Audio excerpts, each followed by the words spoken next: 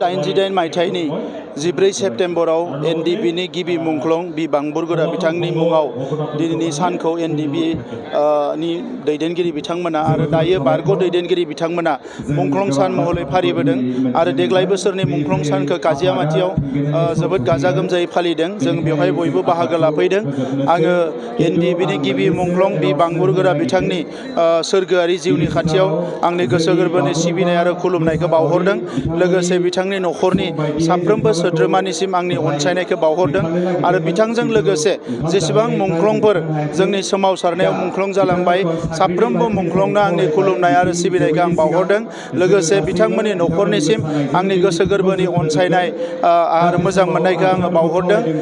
जोंनि हारियाव सेक्रिफाइसनि मोनसे जारिमिन दङ आरो बे मुंख्लंफोरनि थै आरो बिथांमोननि जिउ बावनायनि थाखायनो दिनै जोंनि माहारिया मुलुगाव गावनि राव थुनलाइ हारिमु आरो सिनायथिखौ लानानै थांनानै थानो हाबाय। जोबोद बादायलायनाय मुगायावबो रांखान्थि समाजखान्थि गासैबो बिथिङाव जोङो लासै लासै दावगालांनो हादों आरो बिनि थाखायनो जोङो माहारिनि साफ्रोमबो सुबुंखौ आं खावलायो जे जोंनि मुंख्लंफोरखौ जाहाथे रावबो बावनानै थाङा।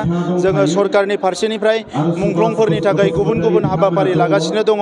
जाय मुंख्लं नखरफ्रा एक्स ग्रेसिया मोनाखै बिथांमोननि एक्स ग्रेसियाखौ होनायनि थाखाय थाबैनो जोङो माखासे बेबस्थाखौ लागासिनो दङ आरो पर्यायक्रमे जोङो होलांगासिनो दङ। दा फैबाय थानाय समाव माहारिखौ दानांगौनि बेलायाव मुंख्लंफोरनि जि सिमांमोन मुंख्लंफोरनि जि थांखिमोन जे हारिया फारफ्रोमबो बिथिङाव जौगानांगोन। जों सरकार दानायनि उनाव जों हारिखौ फारफ्रोमबो बिथिङाव जौगाहोनो थाखाय खामानि मावगासिनो दङ आरो बेवहाय जेबो गोनो गोथो गैया। बिटिआर गोरोबथाया 100% इमप्लिमेन्ट जानांगो। सिमाया सानजाहा अरनांगो। गामिया आरोबाव हाबबावनांगो आरो लोगोसे जिफोर गोहोफोरखौ मोनदों बे गोहोफोरखौ थाबैनो जोङो कनस्टिटिउसननि एमेन्डमेन्टनि गेजेरजों लाबोनानै हारिखौ गोख्रों मोनसे हारि दानो थाखाय जोङो खामानिफोरखौ मावगासिनो दङ। जेलाव थानाय बिथांमोननि थाखायबो जोङो जोबोद सिरियास। बिथांमोनखौ बर'नो थाखाय जोङो फ्रिकुवेन्टलि आसाम सरकार आरो भारत सरकारजों रायज्लायगासिनो दङ। दा बेयो मोनसे जुडिसियेल प्रसेस। थेवबो बबे खायदाजों एबा बबे पलिसिजों बिथांमोनखौ बर'नो हायो बेवहाय जोंबो रायज्लायनायाव जोङो बयबो एनिटाइम जोङो गभर्नमेन्टजों सावरायगासिनो दङ।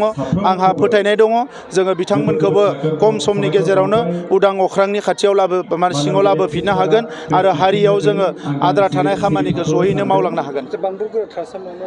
बांबुरगोरा ट्रास्टआ माखासे एनडिबि जोंहा माने जि मार्टियारफोर बिथांनि फेमिलि आरो दा जायफोर एनडिबि बिथांमोन दङ बिथांमोन सोरबाफोर साख्रि मोनै बा गोबां जेंनायाव थानाय बिथांनि नखरफोरखौ साख्रि मोनै बा गोबां जेंनायाव थानाय बिथांनि नखरफोरखौ सामलायनो थाखाय नायनो थाखाय एफा एनै फरायनायफ्राव मदद होनायनि खामानिफोरखौ मावगोन। बेबायदिनो मोनसे गिदिरथार थांखि लानानै दानाय जादों।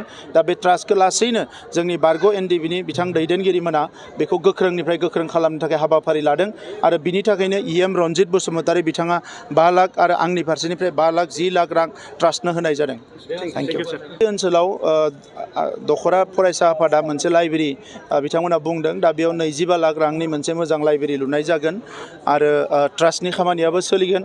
गुबुन गुबुन माखासे लामा बायदिसिना होदों बेखौ पर्यायक्रमै मावगोन। आजि